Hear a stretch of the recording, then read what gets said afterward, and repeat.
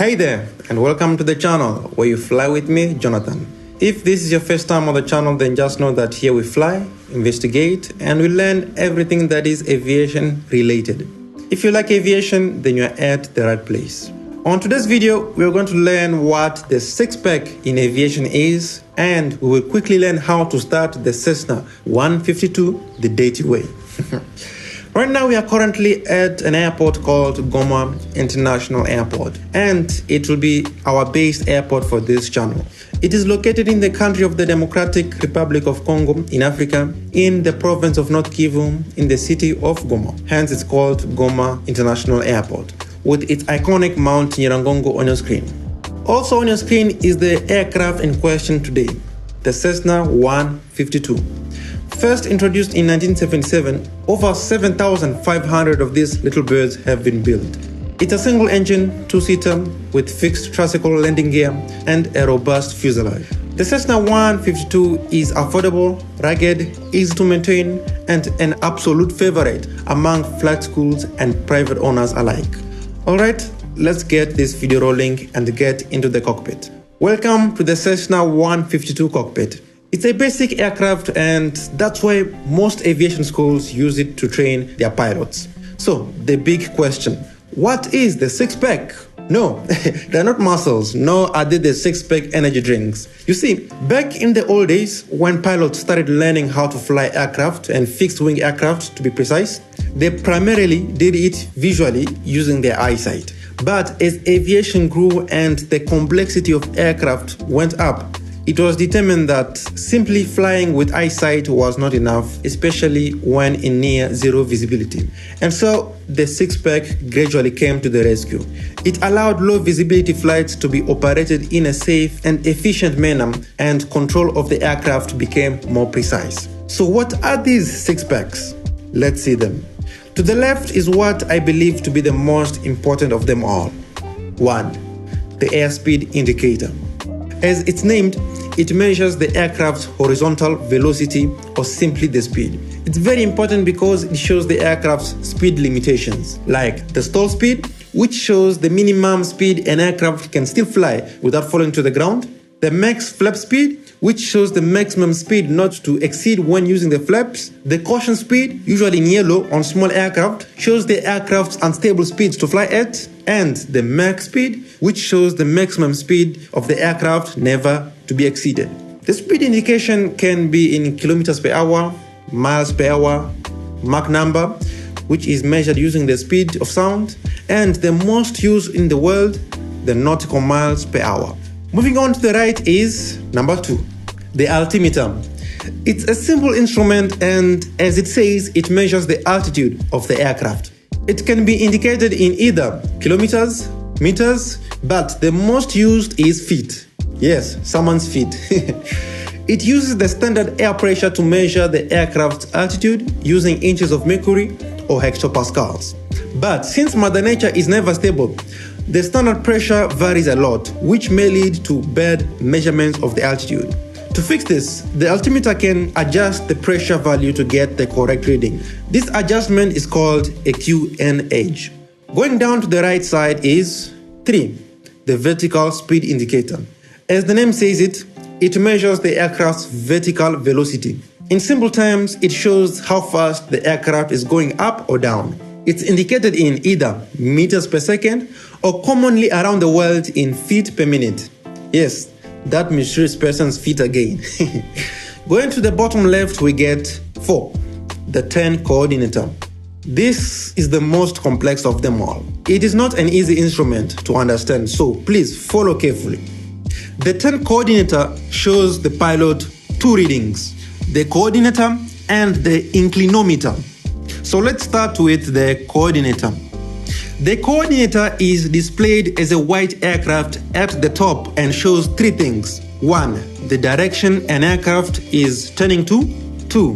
The rate of the turn. And 3. The rate of the bank. To make things clear, let's take for an example when an aircraft is making a left turn. When turning, the turn coordinator will start to bank left to indicate the direction of the turn. If the wings were banking fast or banking slow, the turn coordinator will show the rate of the bank. Now, wherever the turn coordinator will stop, it will indicate the rate of the turn in degrees. If the wings align to the white line, then the turn is 3 degrees per second. This is the standard turn. If the wing is before the white line, then the turn is less than 3 degrees per second. If the wing is after the white line, then the turn is more than 3 degrees per second. Now, let's move to the inclinometer. The inclinometer is represented as a ball in a liquid tube at the bottom and shows the pilot 3 things. 1. A slipping turn. 2. A coordinated turn. And 3. A skidding turn.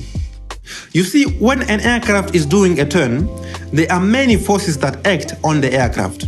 The inclinometer helps us to measure 2 of them, the centripetal and the centrifugal force.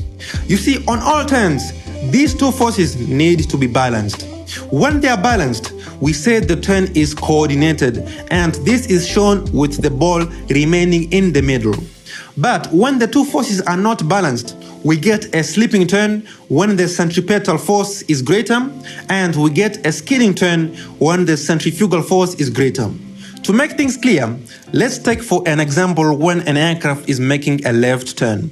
As normal, the coordinator at the top will show a left bank at a standard 3 degrees per second, meaning that the aircraft will make a full circle in 2 minutes, which also means that the aircraft is following a curved line as it turns. Now, it's essential that the nose of the aircraft is aligned to the curved line during the initial turn. When it is aligned, we say the turn is coordinated, shown with the ball in the middle. All forces are balanced. When the centrifugal force is greater than the centripetal force, the nose of the aircraft faces inside the curved line, creating drag. Here we say the turn is skidding. It is shown with the ball moving to the opposite side of the turn. In a left turn, it will move to the right.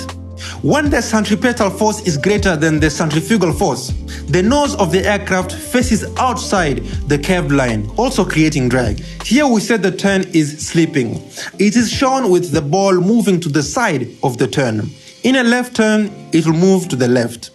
Balancing the forces is done by moving the rudders in the direction the ball faces. Finally done. It was not easy simplifying this instrument. Now, going to the center top, we get 5, the altitude indicator. No, it does not show if the pilot's attitude is good or bad, angry or sad.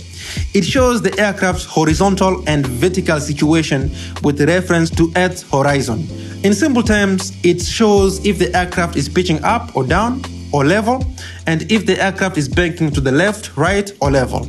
Thanks to its design, it has the capability to show the exact measurement of the aircraft's pitch and bank. The measurements are indicated in degrees. The turn coordinator just shows the direction of the bank but does not give the exact angular measurement.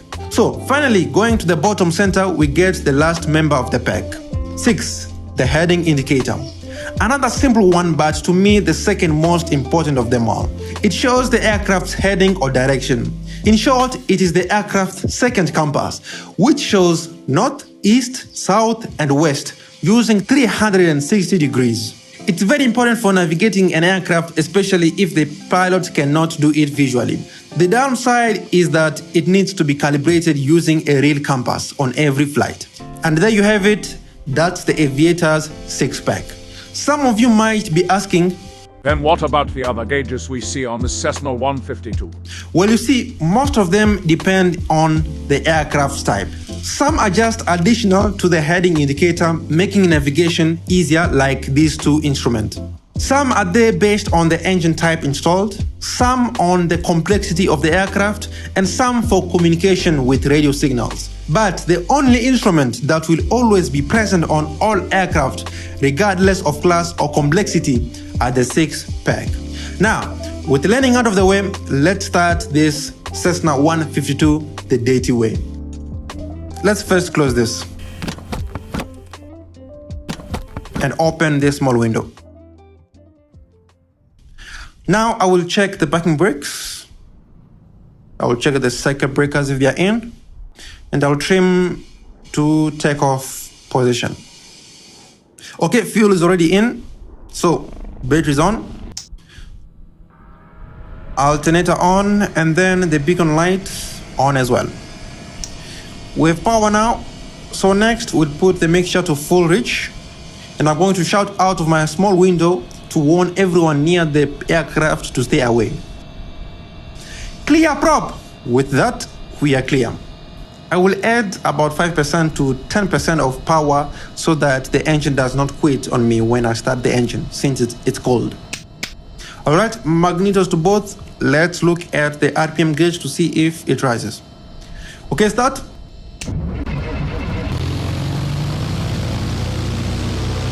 And we have a good engine start.